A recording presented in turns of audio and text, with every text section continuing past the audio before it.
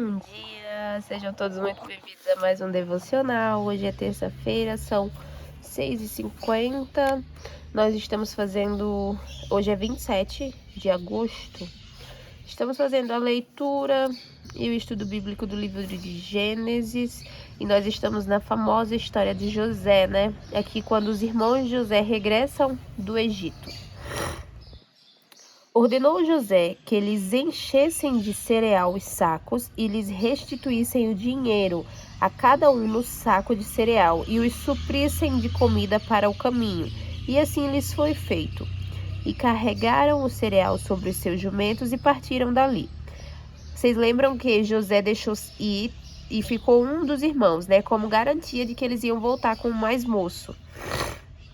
Abrindo um deles o saco de cereal para dar de comer ao seu jumento na estalagem, deu com o dinheiro na boca do saco de cereal. Então disse aos irmãos: devolveram o meu dinheiro, aqui está na boca do saco de cereal. Desfaleceu-se-lhes o coração, e atemorizados entreolhavam-se, dizendo: que é isto que Deus nos fez?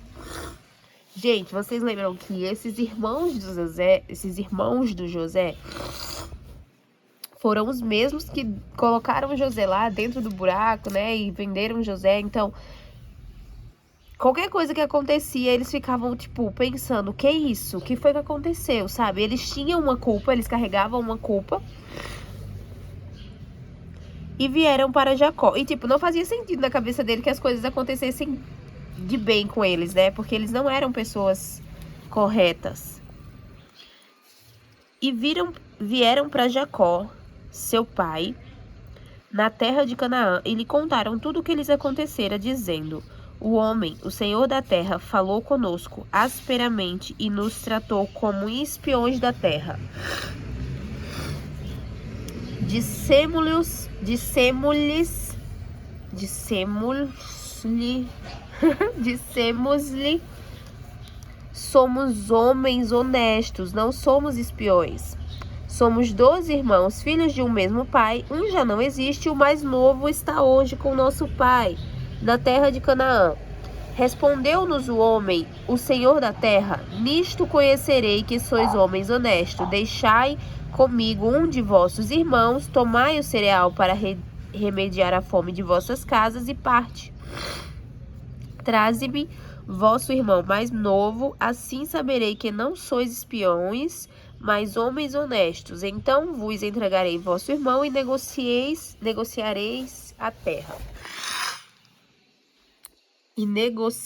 na terra.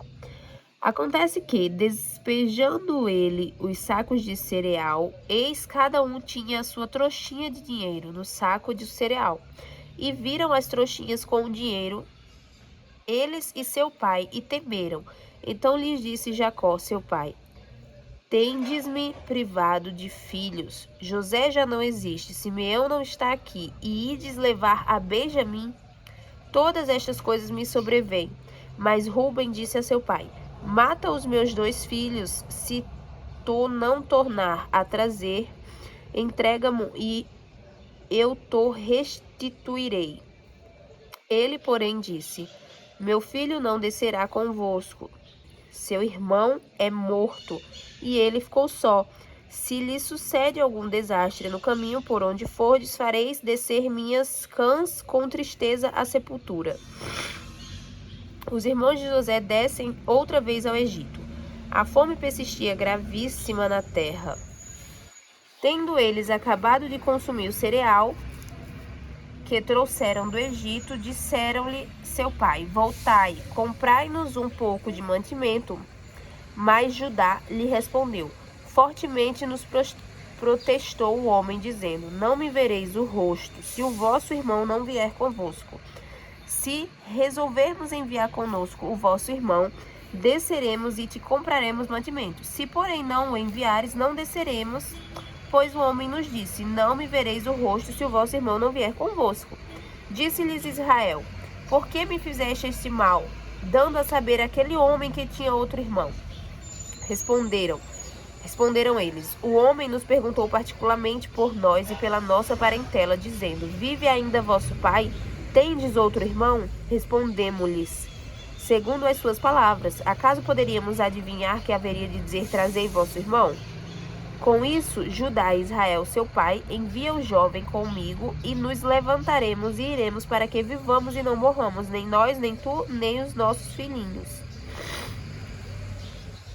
Eu serei responsável por ele, da minha mão o requererás. Se eu não trouxer e não te puser na presença, serei culpado para contigo para sempre.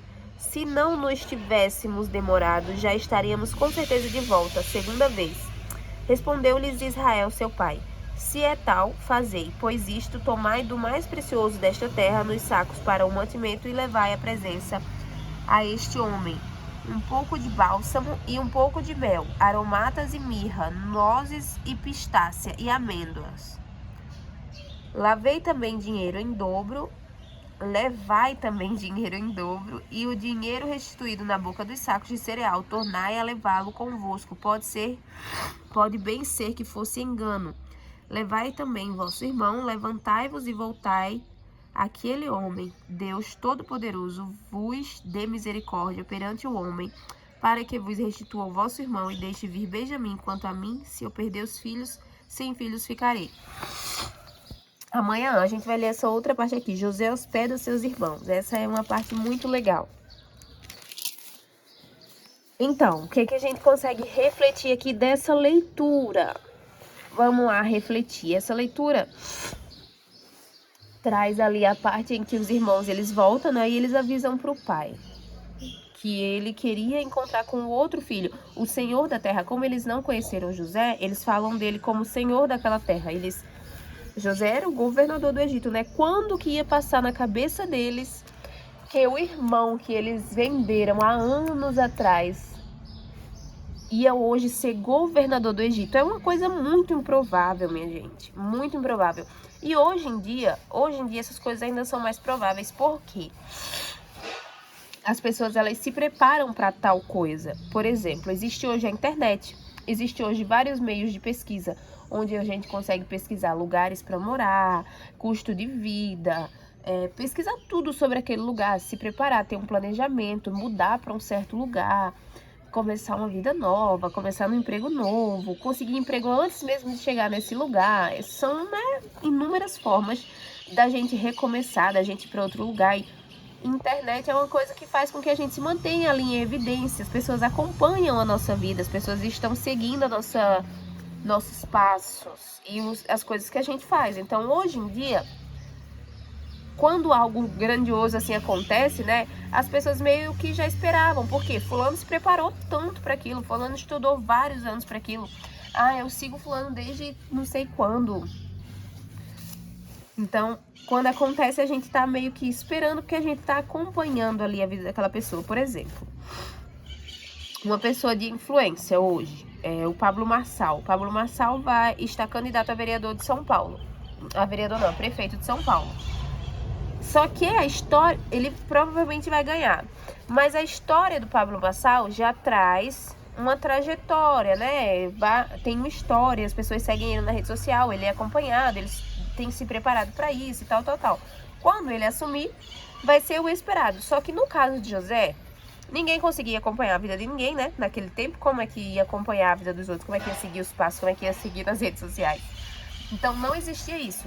Se uma pessoa saísse da sua presença, fosse para outro lugar, igual aconteceu com José. José foi vendido, né, pelos irmãos para ser escravo e foi embora. E ninguém teria como ter mais notícia de José, porque não existia isso, não tinha como dar notícias, não tinha, a não ser que você caminhasse pelos montes 3, 4 dias, 15 dias, para sair de onde você estava, para outra terra, outro lugar, encontrar. Então era uma coisa praticamente impossível você saber ali da vida do outro, do que aconteceu no outro.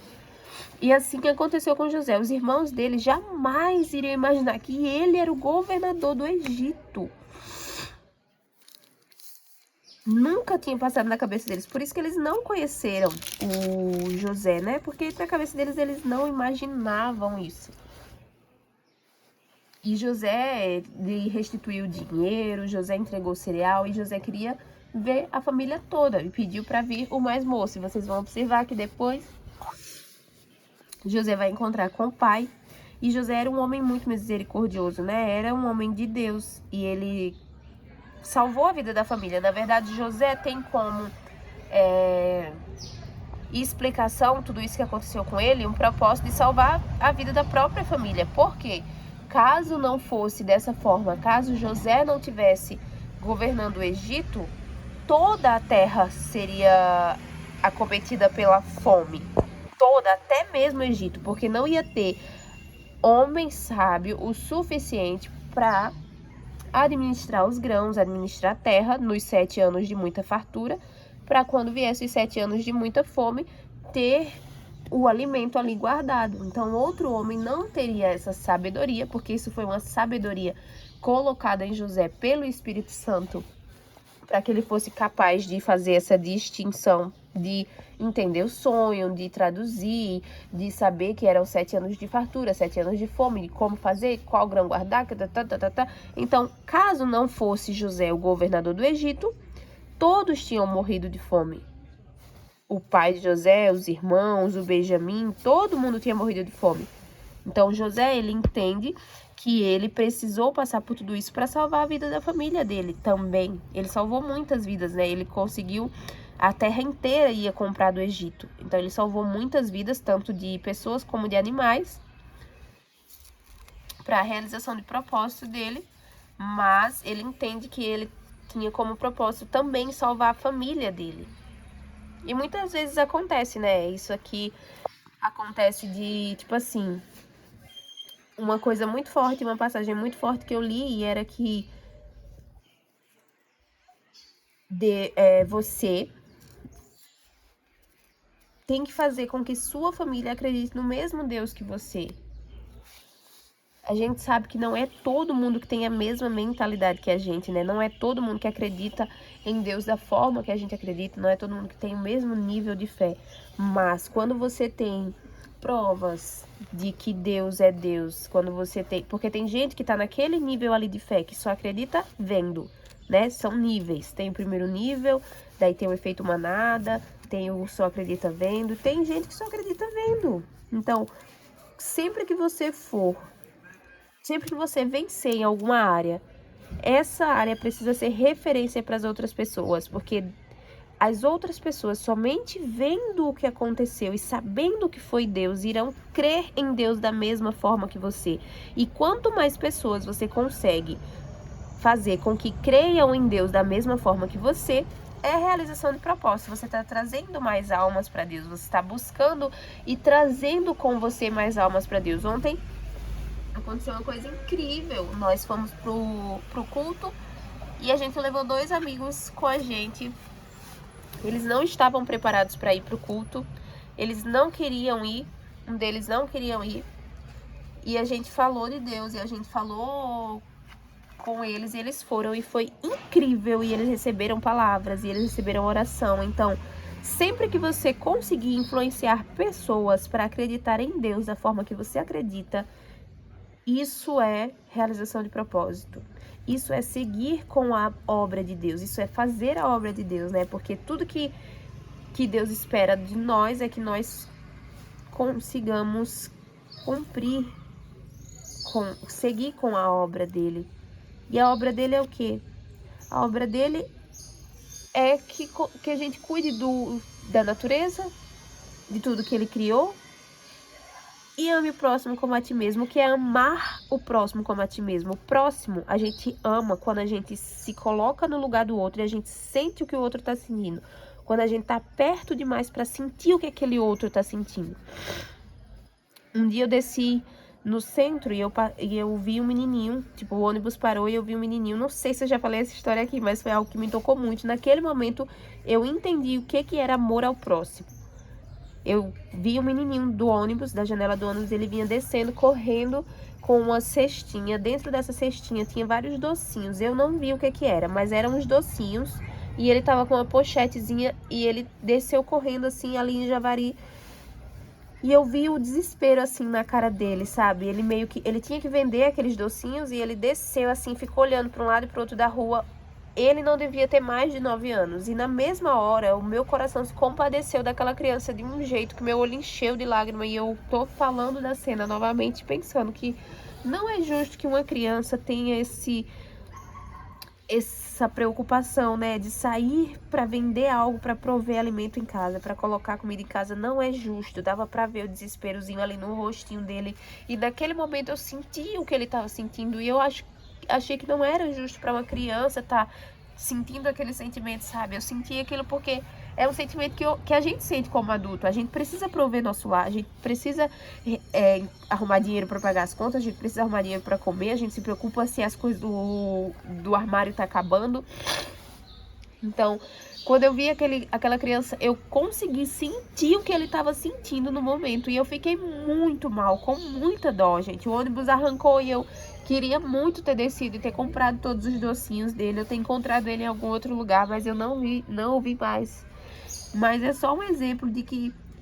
E aí eu pensei muito no meu filho, né? Porque o meu filho ele deve ter a mesma idade do meu filho. E o meu filho... Eu faço de tudo para que o meu filho seja criança, para que o meu filho não se preocupe com as coisas que eu me preocupo, para que o meu filho brinque, para que o meu filho... E eu pensei quando eu vi aquele menino que todas as crianças merecem isso, todas as crianças precisam viver uma infância sendo criança, né? Sem se preocupar com grandes coisas, sem se preocupar com o que a gente precisa se preocupar quando tá adulto. Naquele momento eu entendi que amor ao próximo é você sentir o que o outro tá sentindo e você querer ajudar e você ficar mal por isso. Então, José era alguém que tinha amor ao próximo. José, ele conseguiu salvar muitas vidas. José, ele salvou a terra. Vocês conseguem entender? Então, constantemente acontecem coisas em que Deus livra-os dele. Aconteceu com a Arca de Noé. Deus, ele buscou por toda a terra alguém justo, alguém honesto, e ele encontrou Noé. E salvou Noé e a descendência, a família, os filhos, a esposa e os maridos das filhas. Nesse caso aqui, tinha o José. Então sempre vai haver pessoas da confiança de Deus. Sempre, sempre vai haver pessoas que Deus usa para fazer a obra dele. Então que você seja uma dessas pessoas, que você seja usado por Deus para continuar a obra do Senhor. Que você tenha sabedoria o suficiente para ouvir a voz de Deus, que você tenha sabedoria o suficiente para deixar com que o Espírito Santo haja na sua vida, com que o Espírito Santo sopre no seu ouvido as coisas que você precisa saber, as coisas que você precisa falar, e que você faça. Do que adianta Deus estar tentando te direcionar, Deus está tentando te colocar num ambiente melhor, num ambiente profético, num ambiente com pessoas que vão te elevar ao nível. Do que adianta Deus estar tentando fazer todas essas coisas, te entregar a promessa que Ele tem para tua vida, e você não ouvir, e você não compreender, e você não conseguir entender a voz de Deus. Então busque conhecer a Deus para que você consiga se comunicar com Ele. Tem gente que nunca teve experiência com Deus e por isso ainda não tem fé, e por isso ainda duvida, e por isso ainda é incrédulo. Mas você precisa buscar a Deus. Deus está em todos os lugares, né? Deus é onipresente, a gente sabe, mas quando você busca a Deus, quando você vai, por exemplo, num templo, numa igreja, você está buscando a Deus. Então você está indo num lugar onde Deus já se manifesta. E Deus, ele tem dessas coisas, e ele gosta de unir as coisas, a vontade dele e da nossa. Então busque conhecer a Deus, busque entender as formas que Deus fala, para que você esteja preparado, e quando alguma coisa acontecer e você pensar, meu Deus, foi Deus que falou comigo, você ter certeza, sim, foi Ele, porque Ele se comunica comigo. Não existe coisa melhor do que você saber que Deus se comunica com você, do que você ver os sinais de Deus em tudo, é incrível. Busque aprender a se comunicar com Deus. Busque entender as formas que Ele se comunica. Eu já falei isso aqui para vocês várias e várias vezes. Deus, Ele fala conosco da forma que nós entendemos. Ontem uma amiga minha, inclusive essa que foi comigo no culto, ela estava me falando. Foi um homem lá na loja e ele chegou na loja e falou comigo que Deus estava mandando me falar isso, isso e isso. Daí eu perguntei para ela, e tu acreditou? Ela disse, óbvio. Então, assim, como que é a forma que ela acredita que Deus comunica com ela? Através de pessoas. Então, o que é que Deus faz? Usa pessoas para se comunicar com ela. Mas se você é alguém de fé inabalável, se você acreditar em Deus, se Ele aparecer presencialmente para você e você não for desmaiar, e você for acreditar e ver e conversar com Ele, Deus aparece para você.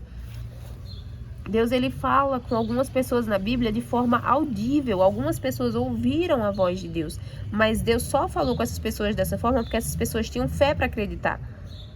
Deus não vai falar de forma audível com uma pessoa que não acredita nele, porque essa pessoa vai surtar com medo, ou essa pessoa não vai acreditar. Então Deus, ele não vai perder o tempo dele com isso.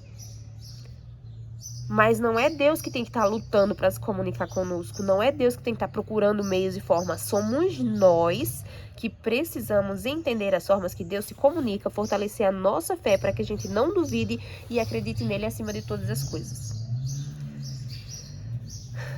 E eu acho que é isso.